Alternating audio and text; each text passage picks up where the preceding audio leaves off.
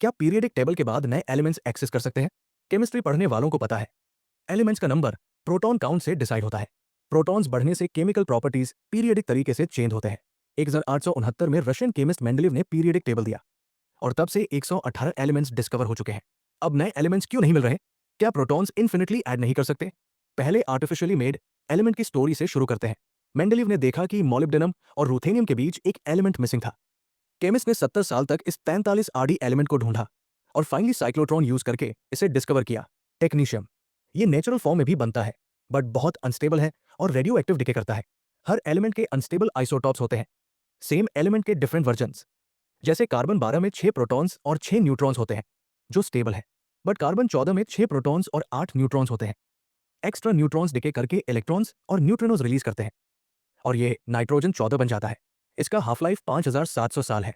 जो भी एलिमेंट्स का एटॉमिक नंबर 83 से ज्यादा है, वो अनस्टेबल होते हैं। जितना बड़ा एटम, उतना छोटा हाफ लाइफ। शायद 118 से ज्यादा प्रोटॉन्स वाले एलिमेंट्स इतनी जल्दी डिके करते हैं कि हम लैब में डिटेक्ट ही नहीं कर पाते। एटम की स्टेबिलिटी प्रोटॉन्स और न्यूट्रॉन्स के बैलेंस पे डिपेंड करती है। इलेक्ट्रोमैग्नेटिक फोर्स प्रोटॉन्स को अलग करना चाहता है। जितने पास प्रोटॉन्स, उतनी ज्यादा फोर्स। लेकिन स्ट्रॉन्ग न्यूक्लियर फोर्स इन्हें साथ रखता है, जो इलेक्ट्रोमैग्नेटिक फोर्स से पावरफुल है। अगर एटम का न्यूक्लियस बड़ा हो जाए तो न्यूक्लियर फोर्स काम नहीं करता और डिके अनवॉइडेबल है।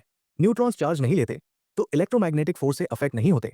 इसलिए हैवी एलिमेंट्स को ज्यादा न्यूट्रॉन्स चाहिए स्टेबिलिटी के लिए।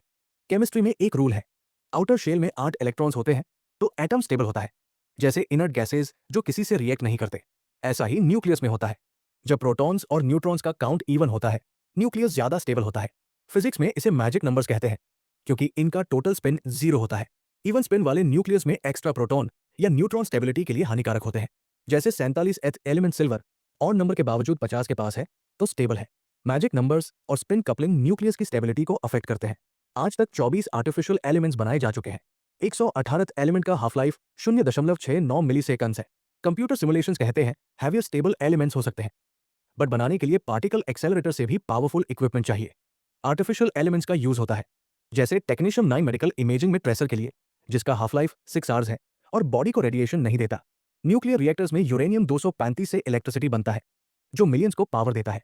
स्मोक अलार्म्स और थर्मामीटर्स में भी इनका यूज है। ये एलिमेंट्स ह्यूमन प्रोग्रेस को पुश करते हैं।